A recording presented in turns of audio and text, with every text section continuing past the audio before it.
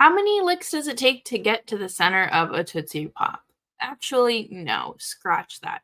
How many games will it take for the Flames to be able to score 4 goals again?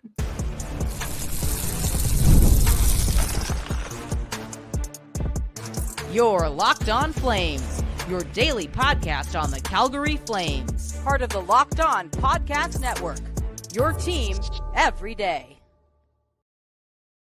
Hello, everybody, and welcome to today's episode of Locked On Flames. As always, I am your host, Jessica Belmosto, and thank you so much for tuning in.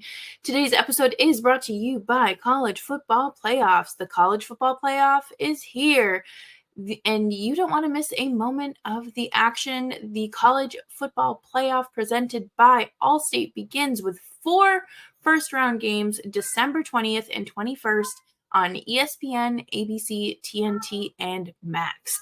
Today, we are going to be recapping last night's overtime loss to the Boston Bruins. And it did end in a loss, but there are definitely still some highlights that, the good parts of the game that I think shows the Flames are trending in a positive direction. And we'll talk about that, as well as a breakdown of the statistics and what is on the road ahead here at Locked On Flames. Make sure you are subscribed wherever you get your podcasts, as well as YouTube.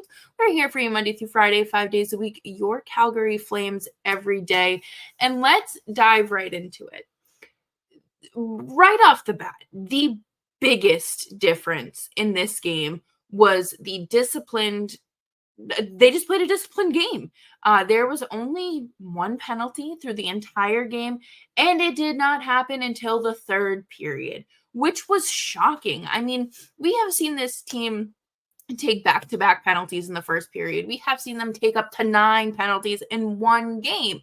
So to go 45 minutes essentially without a penalty is pretty impressive. And neither team had a penalty until that point. Braden Pahal, recently extended Braden Pahal, earned himself a nice little trip to the penalty box, but it was a successful penalty kill. And I think that that's huge. I mean, we have seen this team struggle night after night after night after night with staying out of the penalty box, but also a successful penalty kill. And the biggest thing I think that has made a difference there is the insertion of players like Jacob Pelletier and Walker Duehr. Both have been fantastic additions there. Another thing that we can give those two credit for is the speed. Last night, the Flames were doing circles around the Bruins, which that is a wild thing I never thought I would say, especially this season, because the Flames don't necessarily have the speed that is required. Like, you think of the Florida Panthers, you think of the Devils, you think of the Oilers. Like, there are teams that are very fast, and that is what's going on with today's game. It is getting faster and quicker, and just it's quicker. And for the Flames to have the advantage of being the faster team, I think that really helped them. I think that was a huge difference maker, and it shows that this team is not as bogged down or weighed down as they once were. And again, we're using any benchmark we can to notice the forward progress in this transition period, whether it be the average age of the team, whether it is the speed or how many shots and how many penalties they did or didn't take. You want to be looking for those to be able to say, oh, okay, like, we are sure they might be losing games, but look at where they're progressing elsewhere. And that's great. What went wrong? A lot. But I think the biggest factor here really was the lack of face-off wins. This has been an issue all season long, and I talked about it last week and the week before that and the week before that, they struggle with faceoffs, and they did not have a singular faceoff win in the first period. 0-for-11. I mean, they absolutely dominated the first period, I will say, but you need to start dominating on the faceoff dot. And that's, again, something they're going to be looking for in the centers that they want to acquire, in the future draftees and things like that, because they need that. It is a skill they are sorely lacking. And then, of course, Kadri, once again, found the back of the net. 4 goals in 4 straight games. Huge, huge, huge for him. He actually scored in Boston when the two teams met last month, and then scored against them at home last night. And, if you know anything about Kadri's history with the Bruins when he was on the Maple Leafs and the playoff tension and everything like that that has to feel so good for Kadri. And I love that. I think that's great. And he didn't do anything that was necessarily like overly flashy. He found the back of the net shortly after Matt Coronato. And that's great. These are all great things because they're, number one, they're shooting the puck. That is one thing that we'll talk about here in a little bit. But the way that they had control over the first period and were able to generate shots and generate good offensive chances and successfully read plays built that momentum to carry over into the second period. So overall, it was a good game. Mistakes happen, and we'll talk about those. But coming up next, we are going to take a look at some numbers, breaking down just what lies beneath the eye test here on Locked On Flames.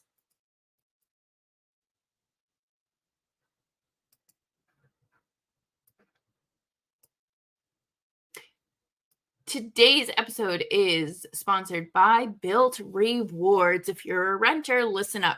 This is a total game changer. Thanks to Built, you can now earn points on rent payments just like you do with groceries or travel. Paying rent now comes with serious perks, and it is completely free to join. Earn valuable Built points on your rent and everyday spending at no extra cost. Redeem points towards flights, hotel stays, and even future rent payments with over 500 airlines and 700,000 hotels in their program. The possibilities are endless. Access unique experiences that are exclusive to Built members. Start earning points on your rent you're already paying by going to joinbuilt.com/LockedOnNHL. That's joinbuilt.com/LockedOnNHL. Make sure to use our link so they know that we sent you. Start earning rewards today. The World Series, Super Bowl, the Olympics, the world's top athletes get to play in these top-level sporting events thanks to one thing: teamwork. And teamwork can also protect your financial legacy and your family's future. Select Quote's licensed insurance agents are the perfect teammates when you are shopping for customized and affordable life insurance. They can find you the right policy and keep your financial legacy safe in your family's end zone.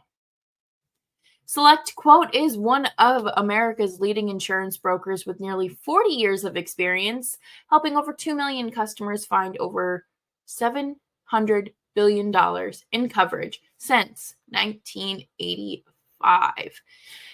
Get the right life insurance for you for less at selectquote.com/LockedOnNHL. Go to selectquote.com/LockedOnNHL today to get started. That is selectquote.com/LockedOnNHL.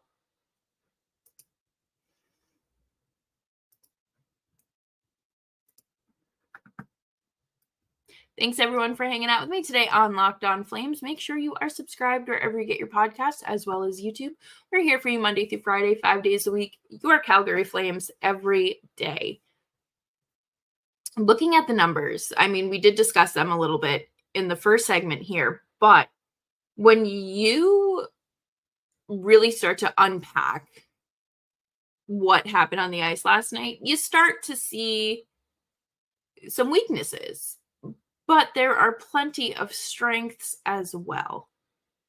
Like Ryan Lomberg scoring his first as a Flame the second time around. He scored his first goal as a Calgary Flame almost 7 years ago, back in January of 2018. So congratulations, Ryan Lomberg, for earning your first of the season. It has been quite the week for Lomberg. He welcomed his third child. He celebrated his 30th birthday, received his Stanley Cup championship ring, and scored his first goal as a Flame. I don't know too many people having as good of weeks as him, so good for him. Love to see it. Love the vibes he brings to the locker room. However, let's talk about some things that did not spark much joy, and that was, of course, the overtime goal. You know, blowing that 3-1 lead is not good. It's tough, right? Like, we know the Flames defense is weak. We know that it is not what it used to be. Blowing a lead to a game that you had pretty much in the bag does not bode well for you. And I get it. Things happen or whatever. But last night was just unacceptable, the way that game ended. I don't know how it got away from them the way that it did. But I don't like what we saw unfold. The first period and a half, like the first half of the game, the Flames were just so in control. And honestly, I think that was one of the best first half of a game that they have played all season long. I have not seen them come out of the gate like that and sustain pressure like that. It would have been so great had they won, because it would have sent a message to the team. We've talked about this team needing to play a complete 60, and they themselves are a third period team, and they met with a third period team. So it was just not going in their favor, and it got away from them. There's really not, there's nothing else you can say other than they got too comfortable and let it slip away from them. They did score those 2 goals in the second period, though, of course, with 27 seconds apart. That is impressive. They came out of the gate in the second period good to go. It was very exciting for Matt Coronato to open the scoring there. That was his 8th goal of the season. And I mean, hey, to do it against the team where you played in their city for college is pretty cool. And then Nazem Kadri, like I'd mentioned, 4 goals in 4 games. Like, you couldn't ask for a better start to the season for Kadri. He has been fantastic. And I really like what him, Huberdeau, and Pospisil have been building together. I think that Huberdeau has looked the best he's looked as a Flame while playing with those two. And wherever there was a Bruin, there was a Flame there. But Huberdeau was reading things very, very well. And he was all over the ice. And that is absolutely something we have seen in the last few weeks that I think we have not seen in the last 3 years. So whatever is clicking and working is great. I'm glad, because I don't know if I can do another 5 seasons of 55-point Huberto. I can't do that. I don't think any of us should have to live through that. That's so tough. But there were no shots in overtime for the Flames, obviously. They were not able to generate any shots. The way the Bruins played in the third period was exactly how the Flames played in the first. So it was like, of course they were getting spanked. They couldn't I didn't think they were ever going to be able to clear the puck.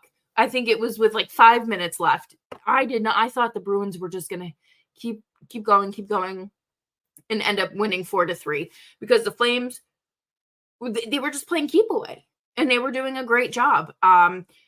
It stinks because it really felt like the Flames had a chance. And then to let, Morgan Geekie has been on fire, so like can't really be mad at that. But to let Mark McLaughlin score is kind of just like people outside of Boston don't know who he is. And that's that. So what I do hope we see a change in is the physicality involving Dustin Wolf. It was polar opposites. Jeremy Swayman had a little physical contact. The Flames kind of did that a little bit, and he was very quick to stand up for himself, and other teammates stepped right in. The same thing has happened to Dustin Wolf in his last few starts, and no one steps in for their rookie goaltender. So that is something to keep an eye on as well. But coming up next, we're going to wrap up the show with some potential trade rumors, things to keep an eye on as this month progresses here on Locked On Flames.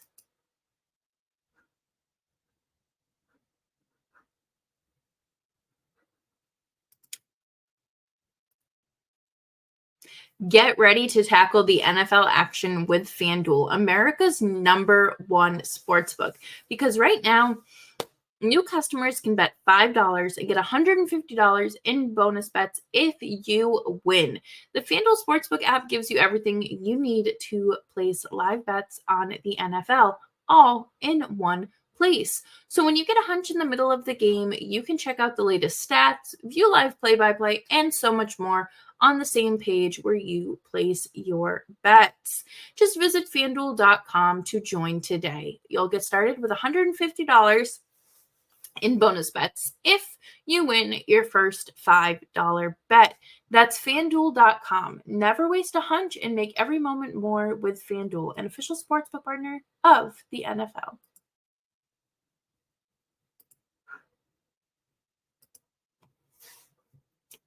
Thanks, everyone, for hanging out with me today on Locked On Flames and making Locked On Flames part of your day. Very grateful that you guys tune in when you do, because there are a lot of hockey podcasts out there. So thank you for making Locked On Flames part of your busy days.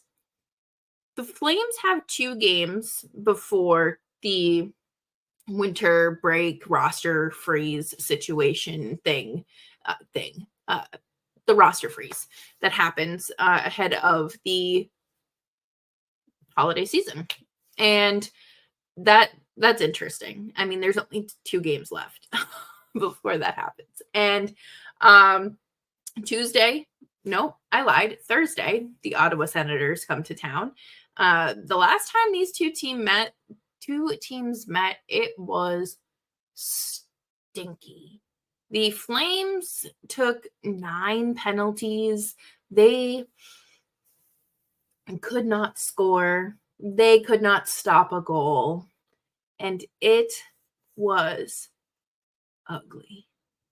So hopefully, being on home ice will play to their advantage for once against a team that has spanked them earlier this season. But, there's that to keep an eye on as well. But they do play Chicago on Saturday, and we know that this team has a very difficult time getting up against teams like Chicago. Chicago beat the Capitals last night. They have been scoring a crazy amount of goals. They beat the Capitals 4-3. How many goals have the Flames struggled to score? More than 3. So, you're going to really need them to step up for that. Obviously, there's Connor Bedard, but they have Taylor Hall, Nick Foligno. You have Ryan Donato, who is Tyler Bertuzzi. But Ryan Donato is on pace for 30 goals this season, which is bananas because he did not fit in Boston where he was drafted. He did not fit in Minnesota. I thought that he was going to be named captain at some point of the Seattle Kraken, but then they didn't end up re-signing him, and he's found a nice home in Chicago, so good for him. There's a lot of talent in Chicago. It's just a matter of putting the right pieces together to build a sustainably good hockey team. One thing that I do want to touch on here is the fact that the Buffalo Sabres have lost 11 straight now. Yeah, that's not great. We know that the owners flew up to Montreal and kind of sent a message, met with the team, and was like, hey, we still believe in you guys. Keep going. That didn't go well because they lost 5-2 to Montreal last night. And Patrick Laine hit a hat trick, so good for him. But what I want to touch on is the fact that Dylan Cousins' name has been around and around the rumor mill all season long.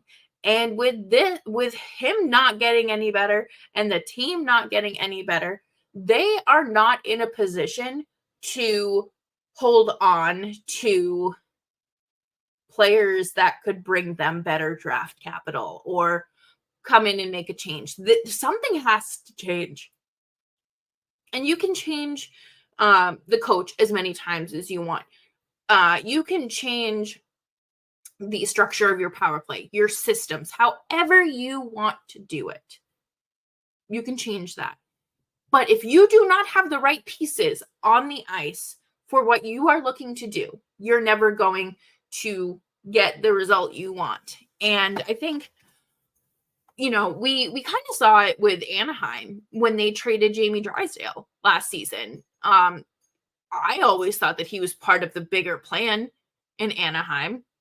But could the Sabres move on from someone like a Dylan Cousins or Owen Power? Like, are these players that, could bring them a nice return and feel equally, matched? I think that this is something the Flames should be exploring. I firmly believe that Craig Conroy has made all the calls that he possibly could. We know that he is itching to bring in a young center. So Capo Caco is right there too, down in Manhattan. Put them on the same plane together. I mean,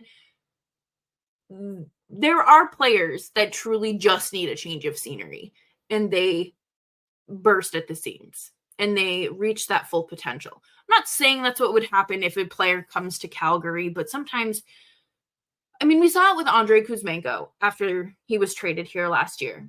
He was fully embraced. His work ethic changed. He started to see more responsibility, and you saw more production from him. Not really a great example now, considering he's hurt, has been healthy scratched before too, and has gone how long without a goal.